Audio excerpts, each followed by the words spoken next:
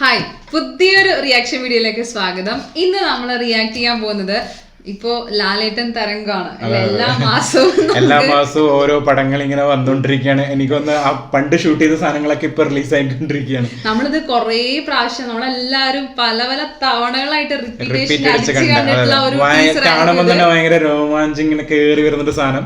അതെ, നമ്മുടെ ലാലേട്ടന്റെ ഇതിന്റെ ടീസർ നമ്മൾ കുറെ മുമ്പ് ഇറങ്ങിയിട്ടുണ്ടായിരുന്നു, എല്ലാരും കണ്ടതാണ്.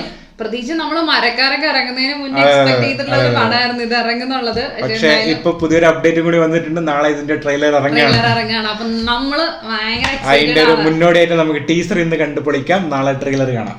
അപ്പൊ എന്തായാലും നമുക്ക് ടീസറിലേക്ക് പോവാം. യെസ്.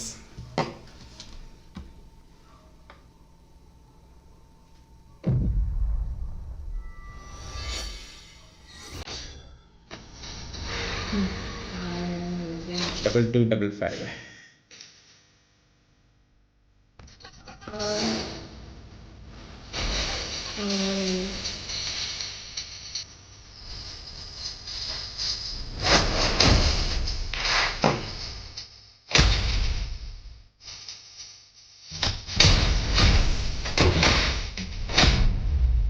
నేను వాడిని చంపేస్తాను.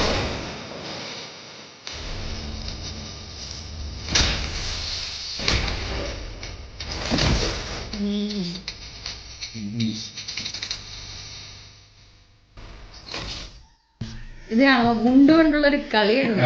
മുണ്ട് വെച്ചിട്ട് നമ്മളെല്ലാരും ഇപ്പോഴത്തെ ആളുകളൊക്കെ മുണ്ടെടുക്കാൻ വളരെയധികം ബുദ്ധിമുട്ടുന്നു, മുണ്ടെടുക്കുന്നില്ലേ?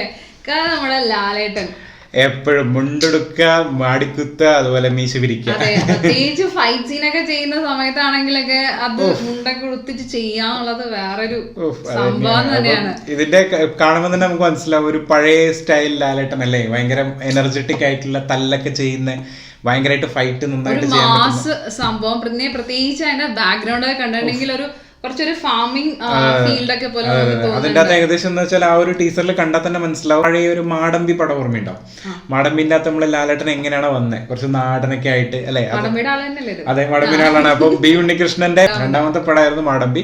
സോ ആ മാടമ്പി പടത്തിന്റെ ആ ഒരു ജോണറിൽ തന്നെയാണ് ഇതിന്റെ ഏകദേശം ലുക്കും കാര്യങ്ങളൊക്കെ വന്നേക്കണത്. പ്രത്യേകിച്ച് ലാലേട്ടൻ മുണ്ടെടുത്തത് പിന്നെ പറയാൻ പറ്റില്ല, നമുക്ക് അത് വേറെ ലെവൽ സംഭവം തന്നെയാണ്. അത് ആര് വന്നിട്ടുണ്ടെങ്കിലും ഒരാൾക്കും കോമ്പീറ്റ് ചെയ്യാൻ പറ്റില്ല എന്നുള്ളതാണ്.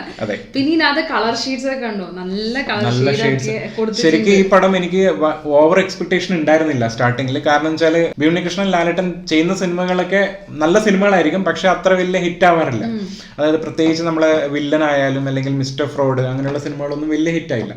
പക്ഷെ എന്നാലും വില്ലന്റെ അകത്ത് മികച്ച പെർഫോമൻസ് കാണാൻ പറ്റില്ല ലാലേട്ടൻ. അതെ, എപ്പോഴും നമ്മൾ ക്രിട്ടിക്സ് പറയുന്ന സമയത്ത് നല്ല പെർഫോമൻസ് എന്നുള്ള രീതിയിൽ എപ്പോഴും പറയുന്നതാണ്. അപ്പം ഈ ഒരു സിനിമേന്റെ ടീസർ കണ്ടപ്പോൾ എക്സ്പെക്ടേഷൻ കൂടി. കാരണം ഒരു ഗംഭീര ഒരു മാസ് മസാല പടം എന്നുള്ള രീതിയിൽ അല്ലെ, ഫൈറ്റ്, പ്രത്യേകിച്ച് ഫൈറ്റ്. കാരണം ഇതിന്റെ നമ്മൾ നോക്കുന്ന സമയത്ത് കാണാൻ പറ്റിയത് 4 കോറിയോഗ്രാഫേഴ്സ് ഉണ്ടെന്നാണ്. ആക്ഷൻ കോറിയോഗ്രാഫേഴ്സ് 4 പേരുണ്ട്.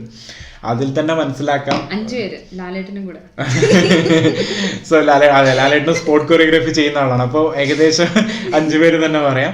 സോ ആ ഒരു രീതിയിൽ ആക്ഷന് നല്ല പ്രാധാന്യം എന്തായാലും ഉണ്ടാവുമെന്ന് മനസ്സിലായി. പിന്നെ ഒരു നാടൻ പശ്ചാത്തലത്തിൽ മുണ്ടും പാടി കുത്തി സംഭവങ്ങളൊക്കെ വരുമ്പോൾ എന്തായാലും ഒരു ഫ്ലെക്സിബിലിറ്റിയുടെ നമ്മളത് എടുത്തെടുത്ത് പറയേണ്ട ആവശ്യമില്ല. പക്ഷെ എന്നാലും നമ്മൾ എടുത്ത് പറയണം. കാരണം ആ ഫ്ലെക്സിബിലിറ്റി ഒക്കെ കണ്ടോ, തല്ലുന്ന സമയത്ത് പ്രത്യേകിച്ച് അത് കുറച്ചൊരു പൂഴിമണ്ണോ പോലത്തെ ഒരു സംഭവമാണ്. അപ്പൊ അതിനകത്തൊക്കെ വെച്ച് ചെയ്യാന്നുള്ളത് വേറെ ഒരു ലെവല് തന്നെയാണ്. പിന്നെ ഇതിന്റെ ബിജിഎം, ഈ ടീസറിൽ വന്ന ബിജിഎം, രാഹുൽ രാജ് അറിയാം, ഗംഭീര മാസ് സാധനങ്ങളൊക്കെ ചെയ്യുന്ന ആളാണ്.